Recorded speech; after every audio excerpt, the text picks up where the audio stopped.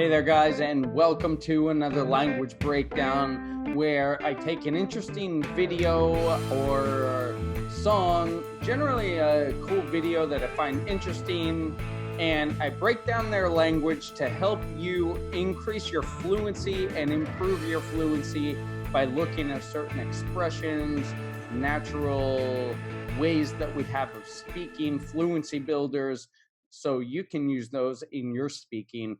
And this also helps with your listening too, because in today's video, he has a heavy New York accent, and we're going to break those down, how he says certain things and why and what they mean. Before we do that, my name's Jesse from Sweet Academy, and I'm happy to be with you in this one. Boy, do I have a cool video for us today. It is a video from an ex-mafia boss. His name is Michael Franzese,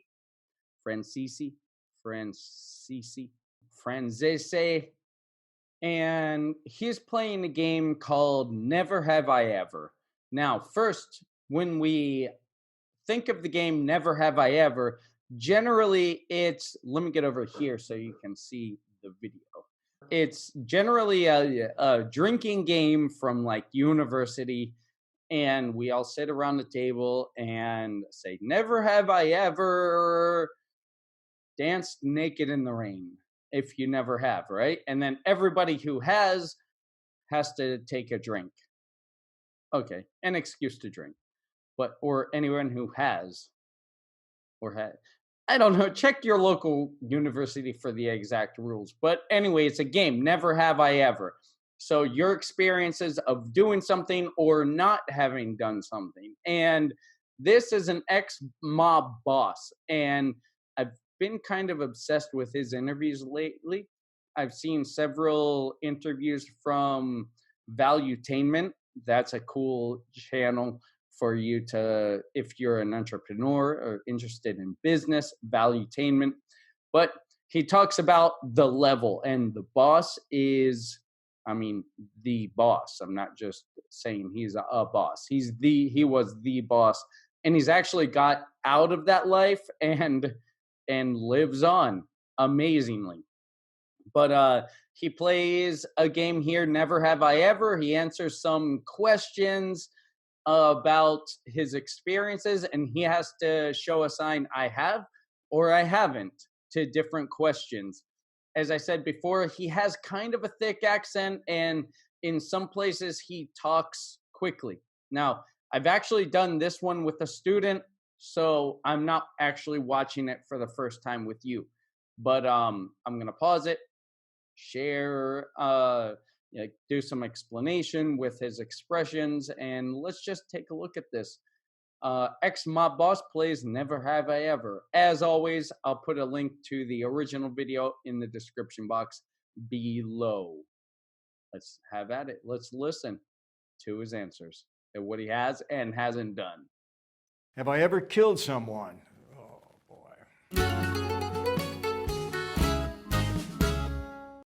We're going to get to that answer later in the video. Oh, boy.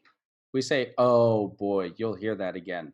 Oh, boy. When it's kind of like, oh, my God. What am I going to do? Like an expression of, oh, boy. We all say, oh, man. That's another one. Oh, man. Oh, my goodness. Or if you want to say, oh my God, right? Anyway, let's go. He's very religious, so he's probably not going to say, oh my God. Anyway. Hi everyone, Michael Franzese here, former mob guy with the Colombo family back in New York. I was a soldier, cop of the regime at one point in time, lived in that life for over 25 years. Made a break back in 1995. I've left that life, and ever since I've been a motivational speaker. I've written a So, 1995 point in time, lived in that life for over point in time. It kind of sounds like point in time, but point in time. Back in New York, I was a soldier, cop of the regime at one point in time, lived in that top of the regime. I guess that's short for regime. Top of the regime at that point in time, at that time in history, at that point in time. But he says, at that point in time, at that point in time. That life for over 25 years. New York. I was a soldier, cop of regime at one point in time, lived in that life for over 25 years. Made a break back in 1995. I've left that life, and ever since I've been a motivational speaker. And ever since I've been. And ever since I've been. And ever since I've been. Back in 1995, I've left that life, and ever since I've been a motivational speaker. I've written a number of books. I've done a number of documentaries. I'm here today to play Never Have I Ever. Not something I would play back in the day. All right, got a bunch of statements in front of me. Questions are going to be asked. I don't know if I've ever been asked these questions before, but we're going to. By the way, back in the day. Back in the day means in the past, right? I'm here. Not something, it's a silly university drinking game. Probably not something a mafia boss would have played back in the day. That's a good expression, a good colloquial expression. You'll hear it a lot. You've probably heard it a lot. Back in the day. Back in the day means back in my past. Here today to play Never Have I Ever. Not something I would play back in the day. All right, got a bunch of statements in front of me. Questions are going to be asked. I don't know if I've ever been asked these questions before, but we're going to find out. Never have I ever put a horse's head in someone's bed. I have not. But I got to say, that's one of the greatest scenes ever in The Godfather. It's something that everybody remembers. That I can certainly see my former associates doing it back then, and it was great. It was a great scene. One of the greatest scenes ever in The Godfather. It's something that everybody remembers. That I can certainly see my former associates doing it back. I can certainly see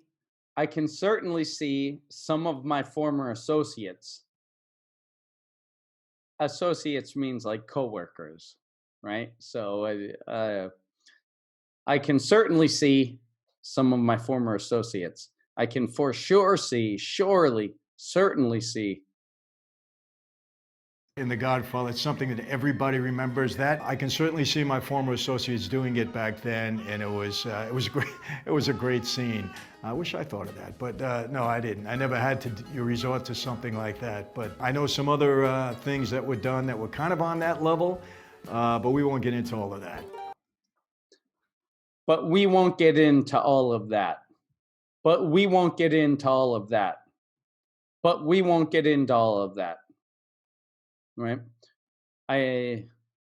He saw some things that were on that level, but we won't get into all of that. There are things that were done that were kind of on that level, but we won't get into all of that. Never have I ever had a hit put out on me.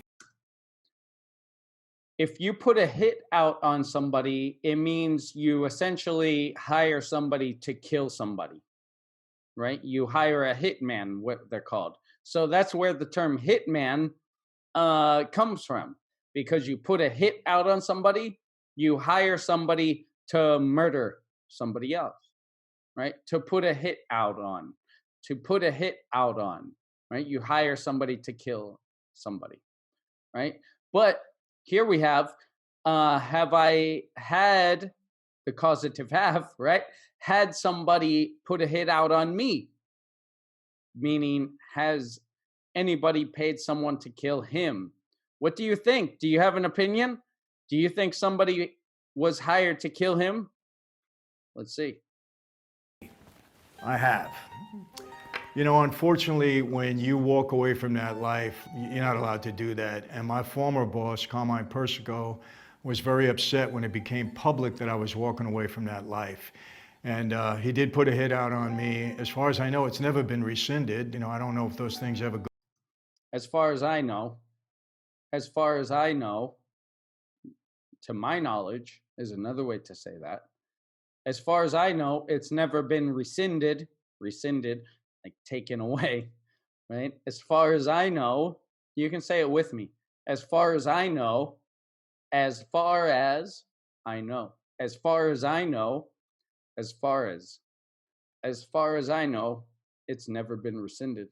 He did put a hit out on me. As far as I know, it's never been rescinded. I don't know if those things ever go away. So you're not allowed to walk away from that life when you take that oath. It's the oath of omerta, of silence. You're not allowed to betray it. You're not even supposed to admit that there is a mob or that you're a part of it. But yes, I've had a hit put out on me, and by the grace of God, I've been able to overcome that challenge, and here I am. By the grace of God. By the grace of God. It's something religious people say and non-religious people say sometimes. It's like to say fortunately, right? Fortunately, but if you want to say fortunately, but give credit to God if you're religious, right? By the grace of God, I'm healthy and my family's healthy. By the grace of God, thankfully. It's another way to say thank God, right? But by the grace of God.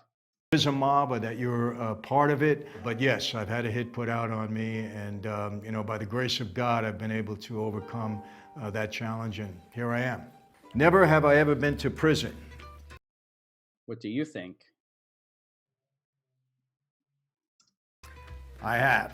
I spent 8 years in prison, got a 10-year prison sentence back in 1985. I pled guilty to racketeering. The underlying act was tax fraud. I created a huge scam to defraud the government out of tax on every gallon of gasoline. I had over 350 gas stations, 18 companies that were licensed to collect the tax on every gallon of gasoline. When I finally got caught, my partner testified against me, a number of other people. So I took a plea, 10-year prison. To take a plea, I took a plea. I took a plea. That means when you take a plea, it means you make a deal, right? You make a deal to reduce your sentence, right? And to get less time in prison, right? You take a plea. You admit that you were wrong and you make a deal. A partner testified against me, a number of other people. So I took a plea, 10-year prison sentence, $15 million in restitution, $5 million in forfeitures, went off to do my time. Prison is what you Went off to do my time. When you do your time, it means you spend time in prison. You do your time. I did my time. I went off and did my time. I went off and did my time. Went off. restitution, $5 million in forfeitures, went off to do my time. Prison is what you make of it. I mean, you're certainly there. Prison is what you make of it. That's for one. What you is what you, but sometimes in some dialects, when you have the T and then followed by you, it kind of gets blended together to make like a ch. What you want to do. All right. So prison is what you make of it. What you make of it. If it is what you make of it, it means it depends on your attitude, right? So school is what you make of it or what you make of it, right? If you don't do your homework, don't do anything, and sleep the whole time, it's useless. It is what you make of it. If you do work and you're engaged and you try, it is what you make of it. If you make the most of it, you'll get the most out of it, right? So it is what you make of it. It is based on your attitude. To be punished. Look, whenever your freedom is taken away, this is what you make of it. $5 million in forfeitures, went off to do my time. Prison is what you make of it. I mean, you're certainly there to be punished. Look, whenever your freedom is taken away, that's punishment, and it's rough. Never have I ever made a bribe. To make a bribe means you pay somebody in power, whether a police officer or a politician, a judge, a boss maybe, but you pay somebody in power to bend the law in your way, right? You pay somebody in power so you don't get in trouble or so you have benefits, so you can break the law, right? And they will look away, right? A bribe, you give money so you can break the law. So, what do you think? Never have I ever made a bribe. He has or he hasn't? I have. Yeah, you know, back in the day, we had a lot of politicians certainly on our payroll, and we used to pay them. We used to fund a lot of their fundraisers. We would go to them and contribute big dollars in order for them to do our bidding. As a matter of fact, in the gasoline business, I needed to.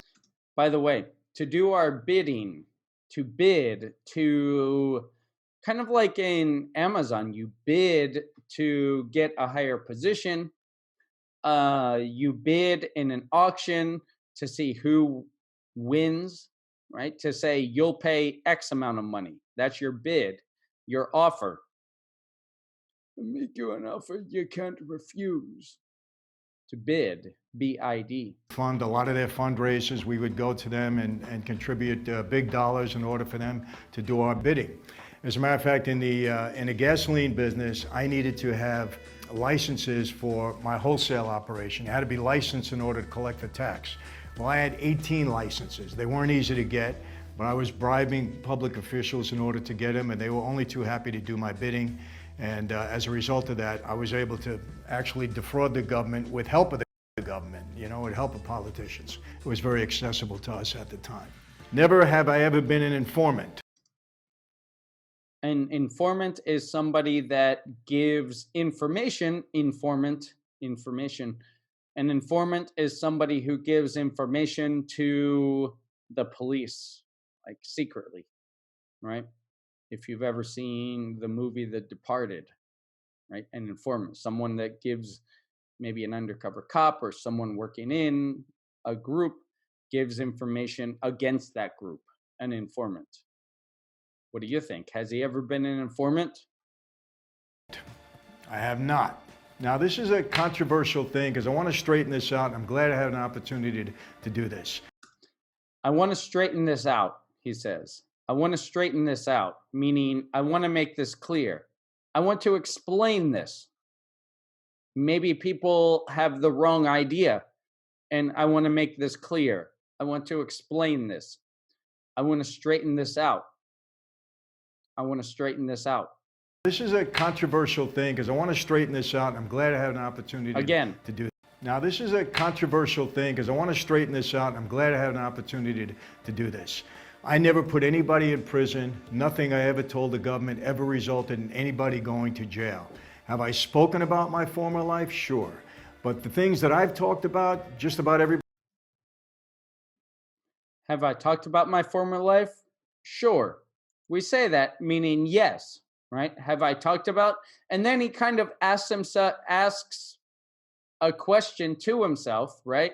That you're probably thinking. It's a very useful thing when you're telling a story, as he's doing, or you're having a conversation.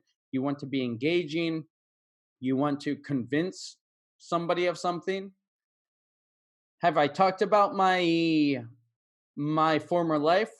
And then he answers, sure. Have I talked about my former life? Sure. Do I have a YouTube channel? Sure. Do I want you to subscribe? Sure. Right? It's kind of engaging. You're asking yourself a question from the other perspective. We use that. Have I spoken about my former life? Sure. But the things that I've talked about, just about everybody knows, because my former associates have been captured on tape and tape recordings and so on and so forth. I will admit to this, I did play kind of a game with the government. For a time, I made them believe. I will admit to this, and then he's going to say something like similar to the topic, right? I will admit to this. It's like a confession. I will admit to this. I will admit to this, I did play kind of a game with the government. For a time, I made them believe that I might go along with them, but then in the end, I never did. And as a result of that, my parole was violated. I was sent back to prison. So I want to make that clear. Never been an informant, never told anything to the government that put anybody in prison with my former associates. Never have and never will. Never have I ever fired a grenade launcher while shouting, "Say hello to my little friend." What movie is this from? Scarface.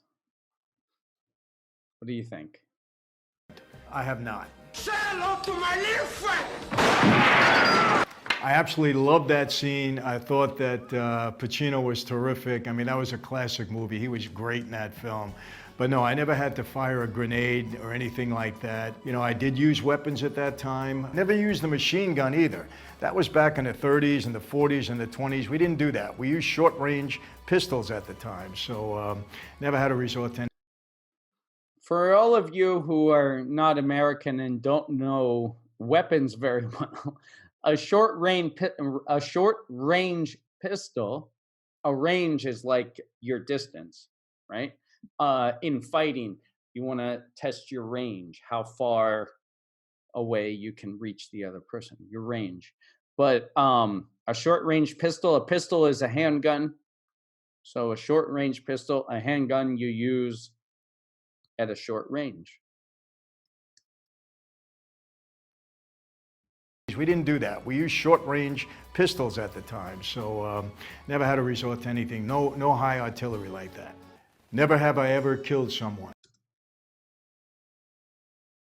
Here's the opening question, right? Oh boy, he's gonna say, remember? That's where we're gonna get to this question. What do you think? Let's see. Oh boy. I'm gonna pull one of these.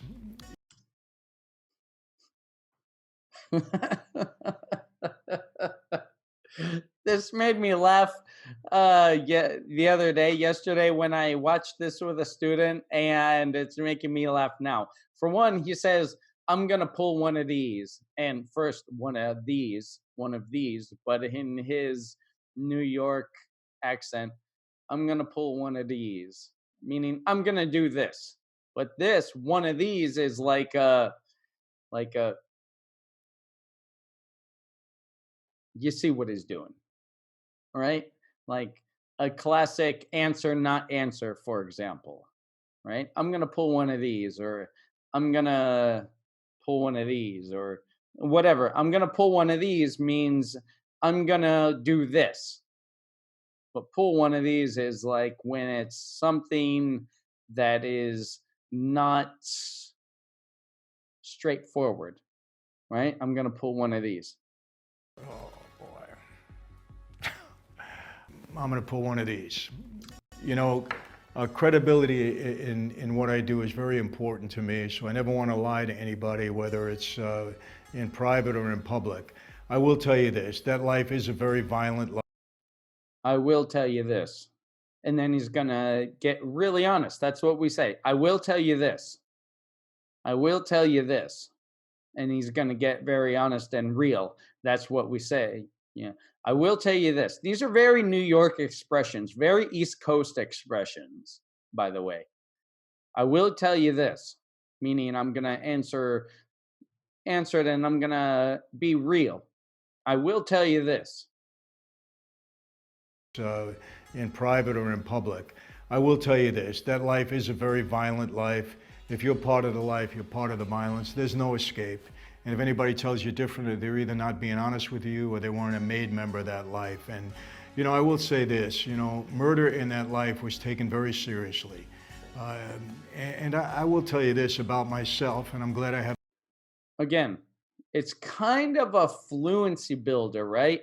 I will tell you this, it's kind of a fluency builder where you're going to say something, you're going to be honest and real, right? And maybe answer like a different question than was asked, but you're going to be real and honest. You'll have a moment of sincerity. I will tell you this, and it's kind of a fluency builder. Seriously. And I will tell you this about myself, and I'm glad I have the opportunity to say this. I don't judge other people, I don't know their hearts, but I was around a lot of guys that if they had to commit a violent act, it seemed that that was part of them. I'm not going to say they enjoyed it, but they did it with some kind of fervor. And when I did it, when I was involved in anything that might have, you know, had violence to be part of it, I never felt good about it. I want to make this clear. I never glorify my former life. And the reason I want to set this straight. I want to set the record straight. I want to make this clear. These are all ways to say the same thing. Good about it. I want to make this clear. I never glorify my former life. And the reason I don't do that, because I do believe it's an evil life, and I want to be clear on this. I'm not calling the guys evil. I was one of them. I just happen to be very blessed. But I don't know any family of any member of that life that hasn't been totally devastated, including my own. Now, not my wife and kids, fortunately God has preserved them, but my brothers and sisters, mother and father, had a very, very difficult life as a result of my dad's involvement in that life. So any lifestyle that does that to families is obviously an evil life. And I will tell you that I am extremely blessed and very fortunate to be where I am today, to have left that life and be able to talk about it and hopefully be a source of encouragement and hope to people, to make them understand that you can get out of a bad situation in your life. You can turn it around. For me, it's all about my faith, but you can get out of a bad situation. You can get out of a bad situation. You can get out of a bad situation. He's talking really quickly here. For some lower level intermediate speakers, it might be difficult, but keep practicing. Listen to what I'm saying, and then go back and watch the original video. You can get out of a bad situation. And then he says, you can turn things around. Turn things around. Turn things around. You're going in one direction, and then it may be the wrong direction. Turn things around. Turn things here as your situation, right? Source of encouragement and hope to people, to make them understand that you can get out of a bad situation in your life. You can turn it around. For me, it's all about my faith, but never give up hope. Do the right thing, and there's always a way out. There you go. And if you watch this original video and mine, you'll probably get recommended videos like this on your YouTube. So, did you find it interesting? Did you learn anything new? Did you learn anything new from, as far as language? Anyway, let me know below. Like I said before, I'd like you to click the subscribe and the bell. If you really like this series, let me know in the comments below. Let me know by sharing it, because I think this is a really good idea, but I need to get the word out. So do what you can to help a brother out. And thanks for watching.